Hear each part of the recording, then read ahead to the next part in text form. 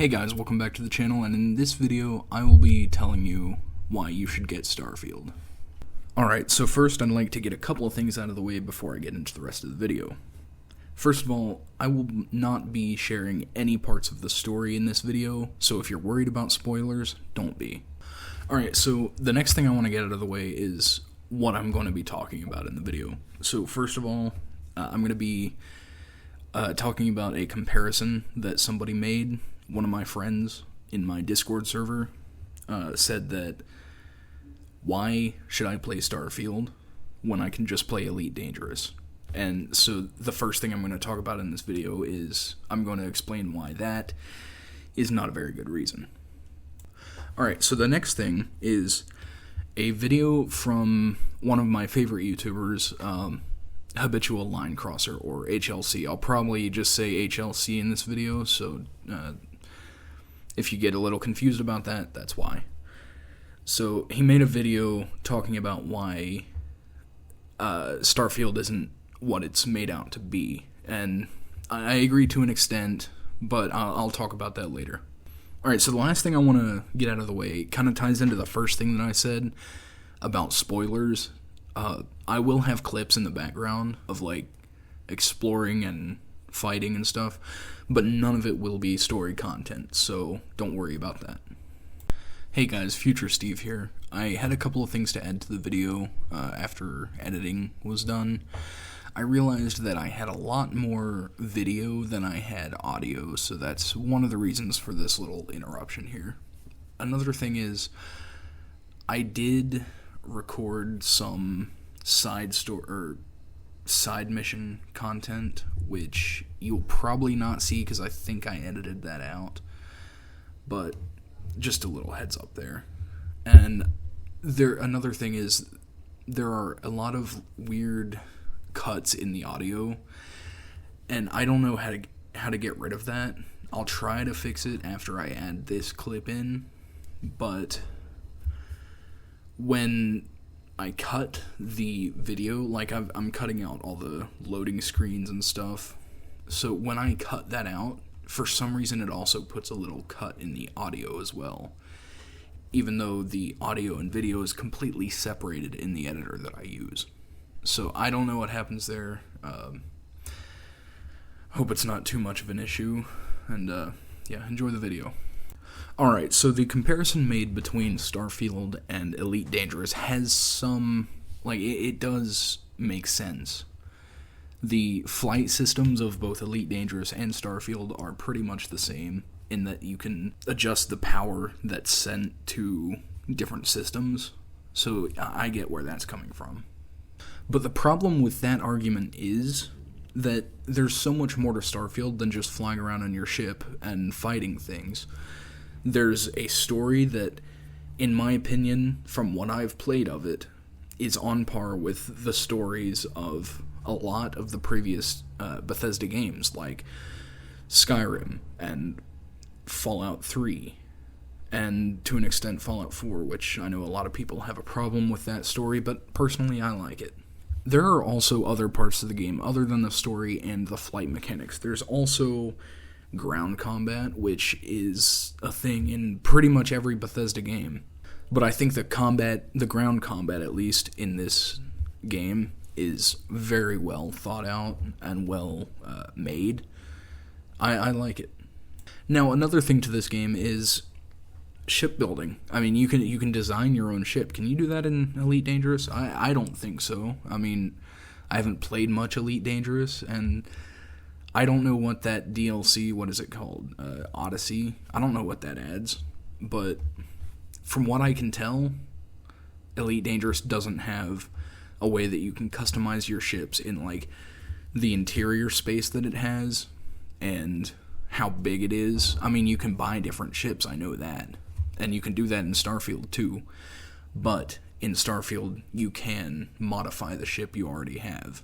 Like, after, I don't know how many hours I have in the game, but after a few hours of just playing, I haven't bought a new ship, but I have effectively quadrupled the size of the starting ship with, I think, what is like 90,000 credits Because, I mean, I modified it 3 times, each time taking up like 30,000 credits.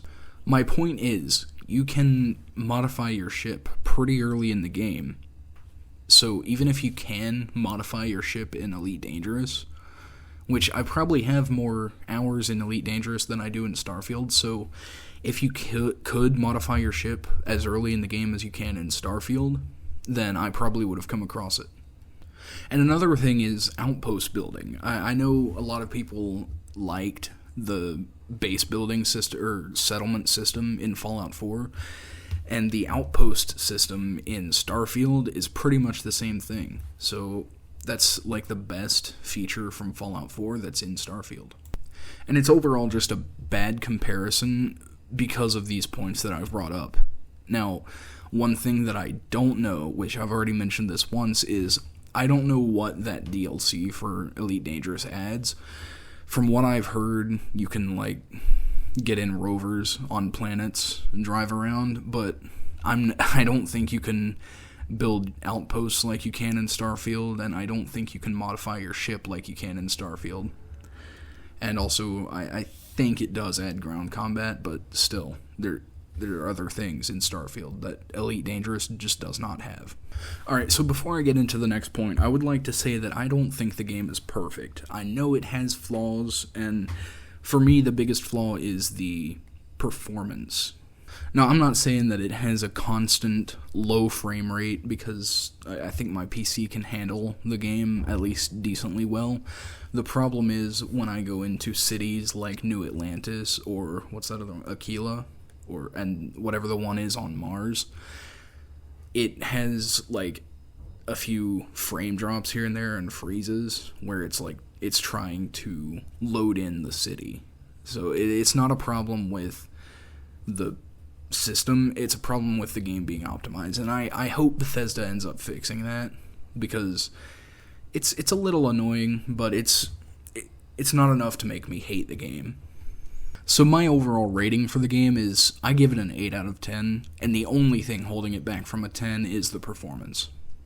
Alright, so I mentioned at the beginning of the video that there was a video by the Habitual Line Crosser about Starfield, and while I was preparing for this section of the video, I remembered that it wasn't a video that I saw on YouTube, it was in his story on Instagram. And now I can't find it, so I'm going to be doing this part of the video from memory, which is a really bad idea because I have really bad memory. So the gist of the story was that this new game is not what everybody's making it out to be, and I agree to an extent, because it's not this big holy grail or whatever you want to call it that everybody's been hoping for. I mean, it's still pretty good, don't get me wrong, but I just don't think it's the greatest, and that's pretty much what HLC said in his story, and yeah, I agree. One of the things he said in his story video was that he doesn't like how he can't land the ship on his own, and he likes how he can do that in Star Citizen, but he can't do it in Starfield. So I think that would be a good feature to have. I mean, it would be pretty cool, but I don't think it would be possible for this game with how the game runs, like how the game loads in every environment. I think that would just make the performance issues a lot worse. Like, all those freezes that I get when I go into New Atlantis, could you imagine trying to land in New Atlantis when the game is just freezing every 2 seconds? Then another thing that he mentioned was the cutscenes. He doesn't like how many cutscenes there are, and I agree there are quite a few cutscenes or loading screens in most cases, actually. I agree, but it's necessary. Like, the game needs time to load things in. I mean, you can't have a Bethesda game without a loading screen. I mean, could they be shorter? I hope. I hope they can fix that at some point and make it shorter. But I don't think they can do away with them. It's just not something they can do for the optimization of the game. Alright, so there are a few things that I like that I haven't mentioned yet, which I will mention now. First of all, the story, which I know I've already mentioned, but I didn't talk about how in-depth the story is. Like, there's so many things that you can discover that it reminds me of playing through Skyrim for the first time. I mean, there's so much that you can't find on your first playthrough, so you have to do multiple playthroughs to find everything. Next thing that I want to talk about is the environment in the cities. Like, in New Atlantis, for example, it feels like a futuristic city, like something you would expect from the 24th century, which I think is where this takes place. And it just feels right for the time. Now, the other city that I'm talking about is Neon. It's on this kind of like oil rig thing, and it's a city full of vice. I mean, you can tell that it's meant to be the biggest source of crime and poverty in the galaxy. I mean, like, when you first go there, you can already see the security is really strict about what goes in and what goes out of the city. Now, here's a little funny comparison that I want to make. I only bring this up because I'm talking about Neon right now, and this goes back to the story part, is that when you first arrive at Neon, there's a similar situation to when you first arrive in Solitude in Skyrim. When you first arrive in Solitude, there's a man being executed for allowing Ulfric Stormcloak to leave Solitude after murdering the High King. Now, when you first arrive at Neon, there's a guy getting arrested because he was trying to leave with a drug that you're not allowed to take out of that city. So I just found it a little funny that there's something that pops out at you when you first get there. Now, the next thing that I want to talk about is the skill trees, and I haven't looked at all the skills in said skill tree, but it is very in-depth. Like, there's a skill for pretty much everything you can do in the game. Like, there's skills for piloting, and there's skills for upgrading your ships. I think you can get new and better parts for your ship with that skill.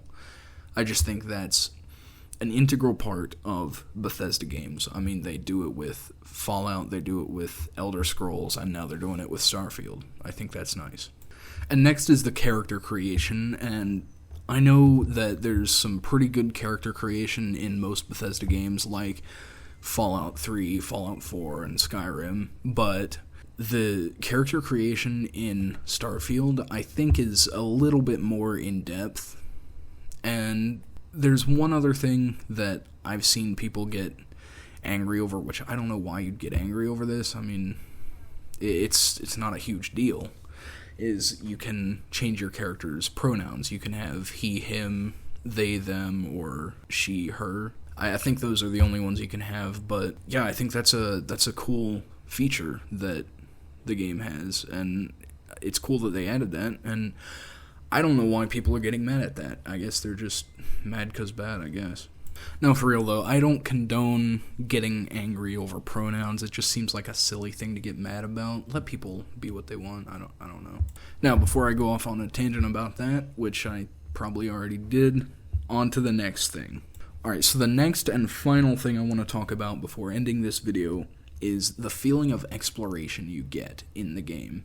When you arrive at a new planet, you have no idea what you're getting into, unless somebody in the story already told you what you're getting into, but if you're exploring on your own without the story, you have no idea what you're getting into, and I think that's amazing. Now, it's the same with going on the ground. It's the same with jumping into a new unexplored system. You don't know what's going to attack you, or if there's just going to be a random wandering trader there.